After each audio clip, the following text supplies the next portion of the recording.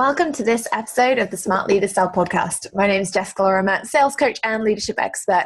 And I'm kind of excited. I'm really excited actually about today's topic. And one of the reasons that I'm so excited, if you have been a regular listener for a little while, you will know that we are just over our 100th episode on the podcast.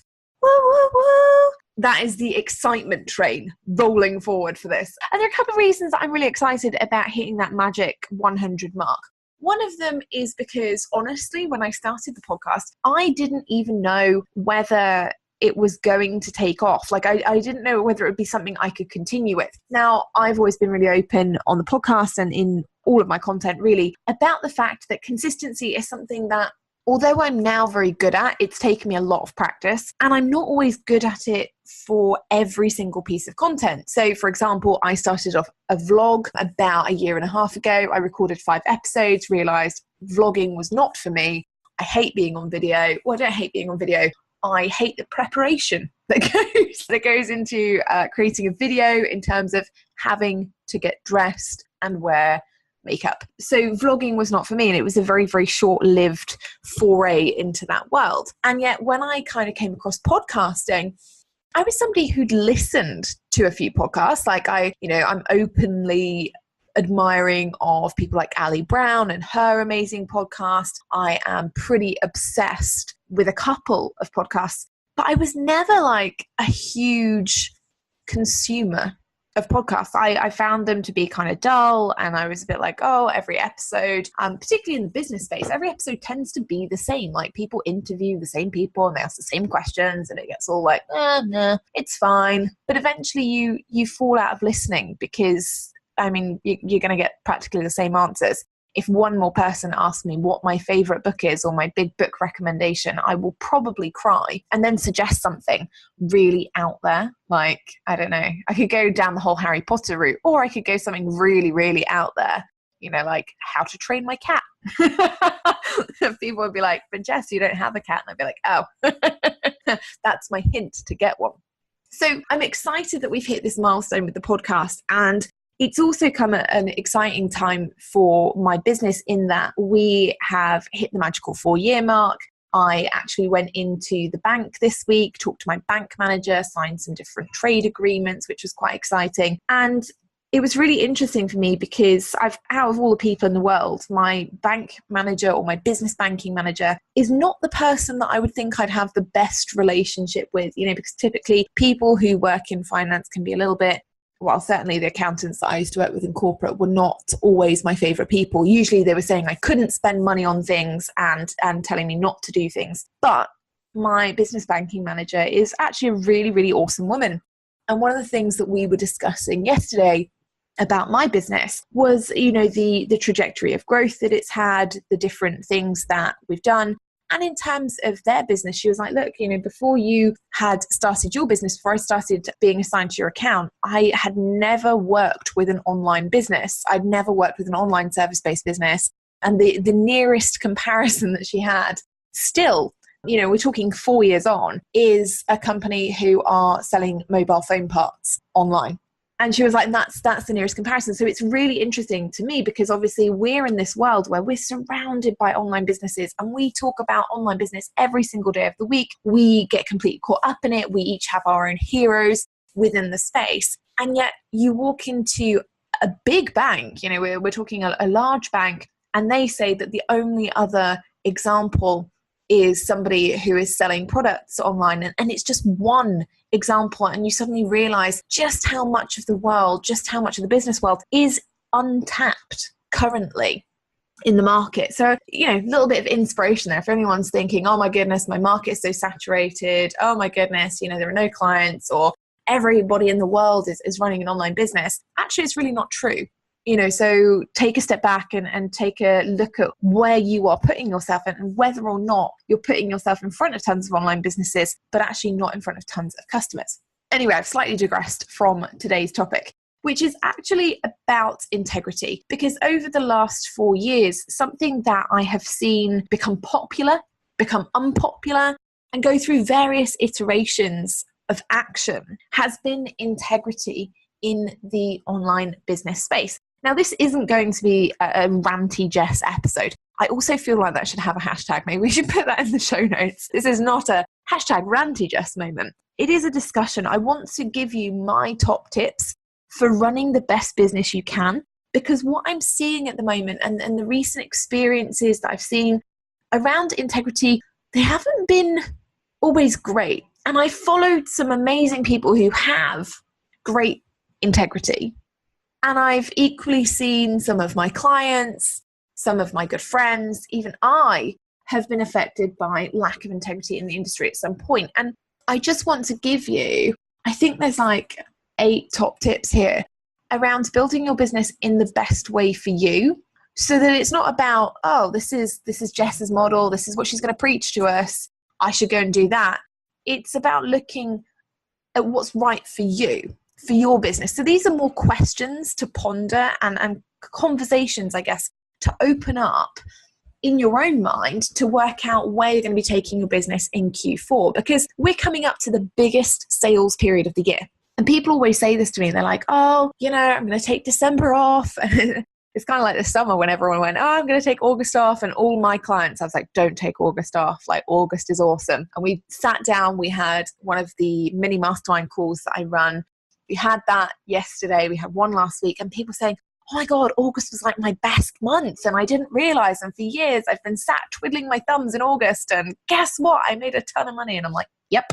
So Q4 and this December period, this October, November, even September, which I probably won't be working as much because I'm going to be delivering the new cash creation course and it's my birthday and I'll be drinking a lot of wine. These are all busy, busy months and should be your biggest business time of the year. And if you last year or even this year, if you're expecting not to have a big Q4, if you're expecting that this is going to be a quiet period for you, then these are some questions that I just want you to pose to yourself. And obviously, if you want to hit me back, you can always... It sounded like I actually wanted you to punch me then. But what I meant is, if you want to drop me an email and let me know where you are with your business, or let me know with these questions how you pose them to yourself and what you came up with, then I would always love hearing about it. And you can always email me, jessica@jessicalorimer.com, or you can head over to the free Facebook group. It's in the show notes, the Smart Leader Sales Society, and you can share them over there and get some support and some cheerleading from the rest of the crew. So let's just talk a little bit about integrity for a second, because there is a really smart guy called Steve Jensen, and he talks a lot about integrity, and actually his focus is on how integrity improves productivity and performance. And he worked with a ton of different companies and basically looked at this idea of self-integrity and how taking personal responsibility for decisions, for actions, for being who you are and showing up in the right way in business, how that actually increased productivity, performance, and actually bottom line by 300 to 400% in some cases. So it was like a phenomenal study. And it was actually really, really interesting. Now, I came across this the other day. I was talking to a good friend of mine who actually doesn't own their own business. And they had been working for a company, they're a contractor. They'd been working for a company who had sent out this report, and they said, you would find this really interesting. It's right up your street. And so I took a read and I thought, yeah, that really is. And it was interesting for me because it threw up this question of, how am I showing up in the world? And more specifically, how am I showing up in business? Now, if you've listened to the podcast for a long time, and if you know me and you've been in my community for a while, you'll know that one of my biz besties is the wonderful Heather Gray, who is a phenomenal mindset expert. I call her the Yoda, the Yoda of the mindset world without the ears, because she is not your traditional mindset person. She's got a very, very structured background in psychotherapy and lots of letters after her name. She's a very, very smart cookie. But she brought to me this idea probably about 2 years ago now, of, are you being who you want to be? Are you showing up how you want to show up in the world? Like, who are you? And it was really, really interesting. And that it's kind of where I've always been somebody who's boringly principled, and I do say that because my friends are like, oh, Jess, on your soapbox again. What is it now? There are certain things, there are certain core values that I just hold really dear to me. And those, I feel, are things that have been instilled by my family, by my friends, by the life that I've had. And so there are certain things that I just don't back away from. You know, honesty is a big thing for me. Integrity is a big thing. But until I come across Heather, I hadn't really thought about this idea of, you know, are you really being who you want to be? Are you showing up, or how are you showing up in the world? And when I read this article from Steve, I was kind of looking at it thinking, wow, this idea of self-integrity, this idea of personal responsibility, it isn't something that we just kind of talk about in the online space and use as a buzzword of, yeah, buy from me because I've got integrity. Woo woo. It's not like that at all. And so it's really interesting to compare it to some of the behaviors that I've seen online. So some of the best examples of integrity that I've seen, and I'm going to mention some from me here because obviously I do pride myself on integrity, but some of the best examples of integrity that I have seen in business, actually one of them happened last night. So last night, Sam is currently away, so I'm having to fend for myself. It's terrible, okay? I don't normally cook. We all know this. I'm not a cook by any means. Generally, when Sam is away, I live on ready meals.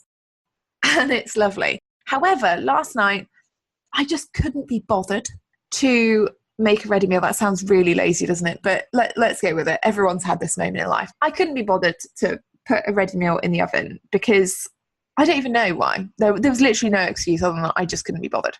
So I went on to Just Eat and I ordered a takeaway. We have a local healthy takeaway. They do falafel wraps. It's amazing. Really, really exciting. And so anyway, ordered my falafel wrap. Also ordered a bottle of wine. So I was like, oh, great. I'll have my falafel wrap. That'll be really healthy. I'll have my wine. That'll be just nice. About 10 minutes after ordering, I get a phone call. And really, really nice guy. And he says, hi, I'm from Company X. You've just placed an order. Really, really sorry. Our website hasn't been updated. We haven't updated Just Eat to say that we don't actually sell red wine anymore. And I'm like, oh, that's a nightmare. He's like, yeah, no, we took wine off the menu. I didn't find it was that popular. He's like, I do, however, have a bottle of white that's just sat in the fridge. And I was like, oh, I don't drink white wine.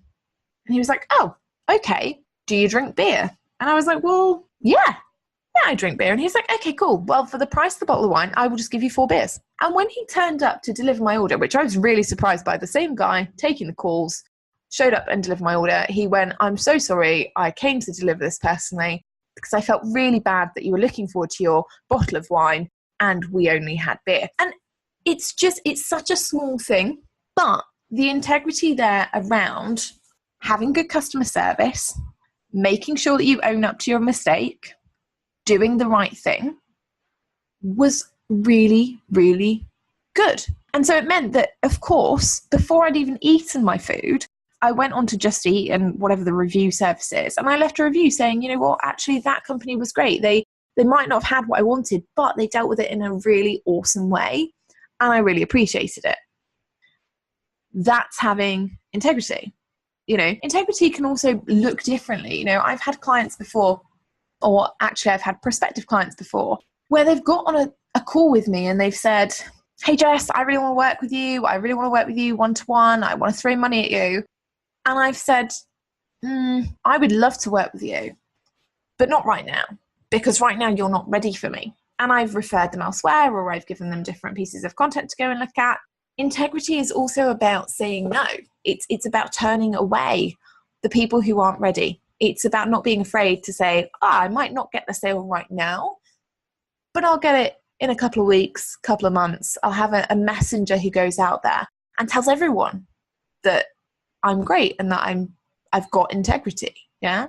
And then I look on the kind of other end of the scale, and, you know, some of the things that have disappointed me in the online space for a little while that I see coming up fairly regularly. You know, one of them is actually about testimonials. Testimonials really irritate me, and specifically testimonials from people who consider themselves to be influencers. So I have friends who work in industries where people perhaps don't want to admit, you know, Heather Gray, great example of this. I recommend Heather all the time. I write or wax lyrical in her Facebook group. It's basically the only one I ever participate in. And I use that word very loosely because participate just really means I go in every so often. I'm like, oh my God, Heather's amazing. You should hire her. Because she is, you know, she is somebody who completely changed the way that I thought about myself and about where my business was going. And I think that's phenomenal. But she works in an industry that is about mindset. It's about, you know, potentially having problems, potentially not feeling good enough, potentially experiencing issues around self-worth, around, struggle. And people don't want to give her testimonials, right? Because they're like, oh, well, I don't want to ever admit that I've had a problem. Hello, like that's normal. Having problems is normal. But it's one of those industries, and I'm not obviously saying this about Heather specifically, but about there are some worlds, and I get this in sales, some people are like, oh, I really, really rate you, and I'm happy to, kind of talk about how great you are, but I don't want people to know that I ever struggled with sales because they're embarrassed. And I get that. There are lots of things that I've done over the years that I haven't been, particularly enamored by later on. However, it's really important that if we're talking about integrity, if we're talking about maintaining integrity, that we're okay with the decisions that we make. So this idea of I want other people to give me testimonials, but I'm not willing to do the same for them, or I'm going to practice or I'm going to preach that everyone can have it all, but in fact I'm going to hire 1 million people and make them work like dogs and they're not going to get to have it all, is not okay. Chargebacks is another huge thing in this industry, where I've seen people who've worked really, really hard and they've delivered a high quality of work, and then they've had a chargeback for no reason, and they're kind of sat there thinking, well, what the hell, like I did a great job and you've just really screwed me over. Okay, so there are things that we do see in the online world, and annoyingly, they are prevalent. Over the last 4 years, I've seen some things that genuinely have made my heart skip a beat, where I've just thought, oh my God, I feel so uncomfortable about this. But on the flip side to that, there are things that I've seen that I think, oh my goodness, that's just a really good person. And I see that far more often than I see the negatives. The negatives are always bigger, right? We see more drama around them. We see more drama around copying content. We see more drama around people charging back. We see more drama around people not paying. We see more drama around lots of different things. But one of the things that I see in my community every single day, far, far more often, is this inherent goodness of people. I look at my private membership community, the Dotties, and one of the things that we see in there all the time is this just pure giving of support from people. There's no, oh, PM me and I'll give you the answer, or, oh yeah, I've got some gated content. There's no harvesting of clients. It's, oh yeah, I can give you a hand with that. Like, do you want me to jump on Zoom with you and we can have a chat? And people are genuinely very supportive. We've got accountability buddies and things in there that are really genuinely awesomely helpful. And so actually I'm really lucky in that I see integrity play out every single day in a really good way. I'm a poet and I didn't know it. So this is where we are, and this is the conversation that I feel like we have to start around. If you're not making the money that you want in Q4, or if you're not anticipating that Q4 is going to be busy for you, I want you to have, open up some questions around how you're building your business and have some self-integrity. And by that, I don't mean, kind of beat yourself up for anything. I mean, have some self-integrity around what is it that I really want to achieve with this, and how am I going to make that happen? And where am I right now? What stage am I at right now? So let's just run through a few of these, because I feel like it's quite important to me, for sure. So the first thing is business basics. Now, I see a bunch of business coaches out there, and some of them are great and some of them are shocking.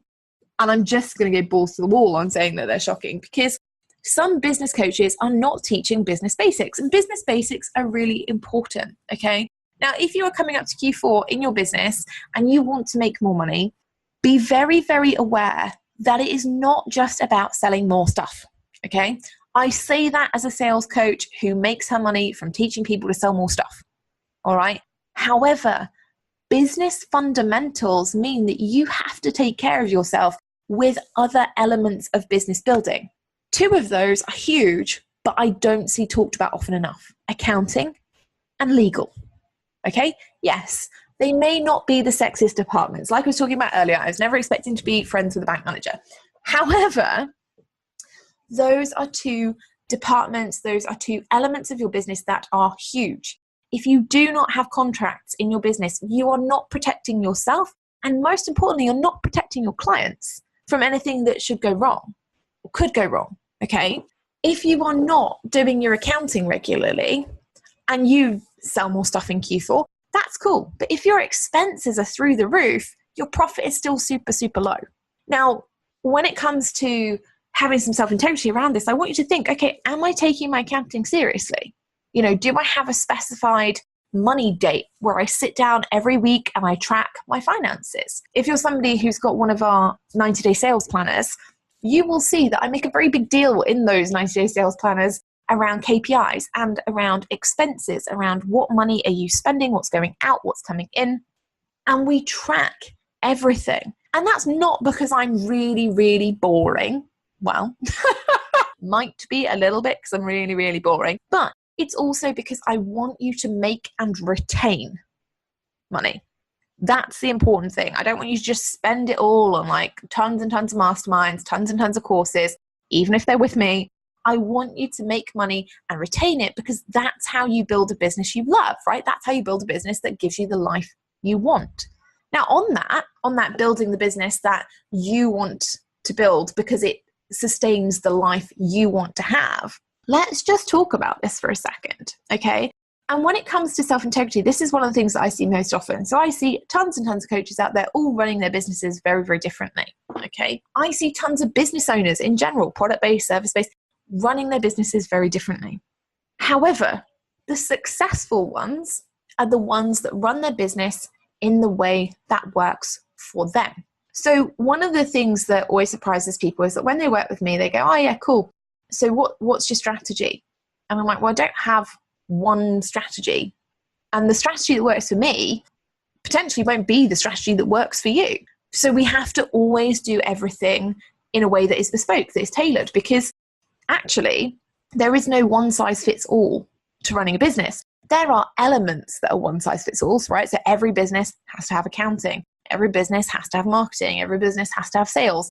Those things are generic. How you do them is completely up to you, completely defined by you, and how successful they are really does come down to how much you enjoy them and how good you are prepared to get at them, okay? So when you are choosing somebody to help you build your business or taking advice from somebody on how to build your business, take the advice that works for you from somebody who is embodying that advice, right? So don't go and hire a coach who preaches, oh, I'm in flow all the time and I'm gonna be in flow. That's cool. I've got no issue with that, right? But then is on Facebook Live every 10 minutes all day long. Because actually, their idea of flow might be being on Facebook Live every 10 minutes. And that's cool. If that works for them, all kudos.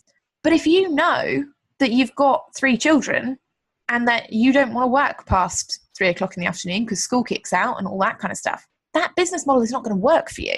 So it's about, okay, am I sitting in integrity with the business that I'm trying to build? And am I hiring the people who genuinely can help me get there? You know, equally, just because that person goes live every 10 minutes does not mean they're going to teach you that strategy. But if that's what lots of their clients are doing and you don't want to do that, start rethinking, okay? Start looking at what you're doing. The other thing that comes in with this is, you know, if you hire somebody who's super, super successful, don't just copy them. Like I was saying earlier, it's not about one strategy fits all, or just because their strategies work for them doesn't mean it's going to work for you. It's about developing your own style, developing your own content, your own sense of self. You know, running a business is like the biggest, I would say, personal journey you could go on outside of being a parent, probably. You know, I say that as somebody who's not a parent, so I have no idea what that's like. But I would say that it is. It's very much about self-discovery. It's very much about working out who you are and how you kind of stand in the world. And so if you build your business copying what somebody else has done, or, you know, going, okay, cool, well, their model is to teach this, so I'm just going to teach that in that same order with those words, maybe I'll remove a couple, you're going to find that you're not successful. You know, it's not through the fact the content's crap, it's not through the fact that strategy doesn't work, it's because you're not being who you are, it's because you're not selling the stuff that you're supposed to sell, you're not sitting in your area of expertise, okay? So build the business you want to build and pose that question to yourself for Q4. Are you, or have you been building over 2018 the business that you want, the life that you want? And if you've been sat in your office 23 hours out of 24 every single day, you haven't been on holiday, you haven't been out the house, you're kind of driving yourself crazy and you're still not making money, then guess what? That's probably not what you signed up for. And it's okay. It's okay to embrace failure, right? That's my next point. When it comes to self-integrity, when it comes to being successful, you've got to embrace the things that fail. I love failure. Failure makes me better. I was terrified of it. I used to be terrified of it because in corporate and in school and in college and university, everyone makes this big deal. Oh my God, you might fail. And it's like, it's synonymous with if you fail, someone will come along with a poker and burn out your eyes. That's how bad it sounds. But actually the reality is that, you know, people's definition of failure is always very different, and we are always the most self-critical. Failure will only help you become successful. It will only help you grow. So bear in mind when you're thinking about failure, you know, look at what you actually count as having failed and what is giving you a growth opportunity for next time. Okay. Then it's about building a business around your expertise. Now I've touched upon this, but I want to touch upon it again as a separate thing. Don't build your business around something you think is really popular because you're consuming a lot of it. So what I see sometimes is people who, you know, it's a genuine mistake. It's a really genuine mistake, but they'll learn something. They'll go and work with a mindset coach. They'll go and work with a marketing person. They'll go and work with a salesperson. And they'll be like, oh, that's a new skill for me. So I'm going to sell that. I'm going to build a business around that because they're excited about it, right? Oh, I've learned all this amazing stuff. It's really helped me. I can go and teach it to other people. The thing is, you can't. And that sounds really blunt, doesn't it? But you just can't, okay? When you are selling something, when you're building a business, it's got to be around your expertise. So absolutely, you can find other things that are going to help you. But in terms of selling them, in terms of teaching them to other people, ultimately, when I look for people who can help me, I look for people who can actually help me. Not the people who are popular, not the people who've got the most followers or likes or whatever. Everyone can sound good. But if they're preaching something that they're not practicing, that they're not living, then I'm not going to work with them. And that is the same for the majority of people, right? If they're preaching 6 figures, but they're not making it, then really, are you going to hire them to help you make money? If they are preaching having an automated marketing plan, but they're on Facebook every second of every day in every single group making organic posts, do you really want to build that model? Okay, think about it. Think about what you actually want. Think about what you're actually good at. Build a business around that. And look at yourself really honestly for Q4 and think, okay, have I been playing to my strengths this year?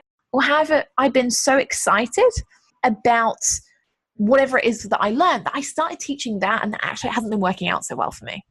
Okay. Sell regularly. This is like my fave. Okay. Obviously it is because it's a sales podcast, but sell regularly. Your business will only survive if you sell regularly and often. And your audience, guess what, will love it. Okay. People love good sales process. People love good sales processes with value delivered. It's awesome. It's an awesome experience. It's fun. People love buying things. Apparently people hate being sold to. I've never had this thing because I actually really like it. If it's a good salesperson, I'm like, oh, so, you know, if you don't sell, you will go bust. If you haven't made the money that you want to in your business up until now this year, I want you to look at it. Have you been selling regularly? And if you've been selling regularly and you're like, well, Jess, this is crap. I've been selling all the time. Think about it. Have you been selling in your area of expertise? Have you been selling in somebody else's? Have you been selling what your audience wants and needs? Or have you been selling whatever the heck you want? Right? Vanity metrics. Vanity metrics do not matter. Sales do. I don't care how many followers you have on any particular platform. I don't really care if you have 1,000 leads a week coming in from insert platform community here. I care about the money you're making. Vanity metrics benefit nobody. Okay, they really don't. And I know that this can be confusing because I'm the person that always says metrics matter, right? Track your metrics. But there are metrics that matter and metrics that don't. I have a 2,100 person Facebook group. I make more money than some people who have 10,000 person Facebook groups. Why? I focus on the metrics that matter. Engagement, relationship building, sales, good lead generation, solid lead generation, qualification. Those are the things that matter to me. having 10,000 people in my group. Okay, that's cool. If everyone likes photos of me or something, that might give me an ego boost, but it's not going to help my business grow any quicker. Okay? Don't focus on them. Don't focus on getting 3,000 views on a video. Focus on conversion. Focus on calls to action. Yeah? Be a good person. Right? This is a big thing. People buy from people. People specifically buy from people they like or that are good people. You know, they trust, they respect. Don't lie. Okay? Don't become somebody who compromises their values for money, because it doesn't work.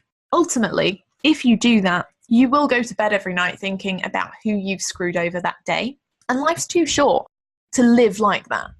You know, ultimately, yes, you might say no to a few more sales, but you'll actually make more money as a result of being a good human and acting with integrity than you would if you took every sale that came along ever.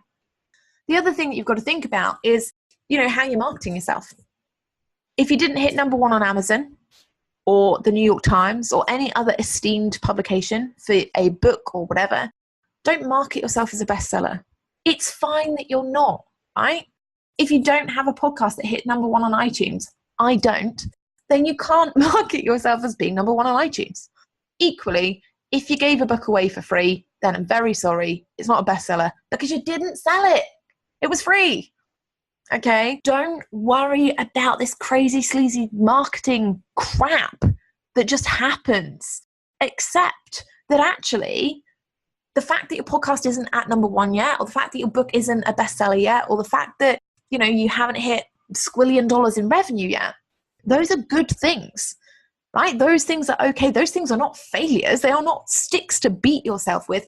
Those are benchmarks, right? They're like feathers in your cap. They are the markers of how far you are going and how far you've already come, right? People love to knock people off pedestals, but people also love to celebrate wins and growth.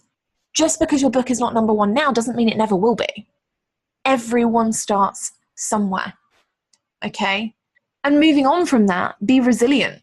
Grow your resilience muscle. Don't be a douche canoe about other people's opinions. Stay away from drama. Don't be that person who's like in the middle of every single bad thing that's going on in the business space. Stay away from the drama llamas and the weird emotion suckers and the negativity hives, right? Grow your resilience muscle. Grow up. Step out of those conversations. They don't benefit you. They don't benefit anyone. They're just boring. Boring conversations happening by people who, if they focused on other things that were more positive or more productive, would actually be more profitable. No matter how popular you think they are or not, no matter how much money you think they're making. All right? And then finally, don't burn bridges. Always solidify good relationships. Always promote good working relationships, even if something goes a little bit wonky. There is nothing that isn't salvageable. And honestly, I can tell you that one of the best pieces of advice I've ever had from my mum, obviously, because my mum's legend, is that the people who were there on the way up are also there on a potential way down. Be a good person to everyone, no matter how they treat you. Kill them with kindness if need be, but be a good person. So basically, this episode is about you looking back on your journey this year and assessing where you really are in business, being really honest with yourself, which can be really uncomfortable. So I'm sorry if it makes you uncomfortable, but also I'm not sorry, because what makes us uncomfortable promotes change, promotes growth, and ultimately promotes more profit. I hope you have an amazing week. I will see you in Friday's episode. Have an awesome Monday.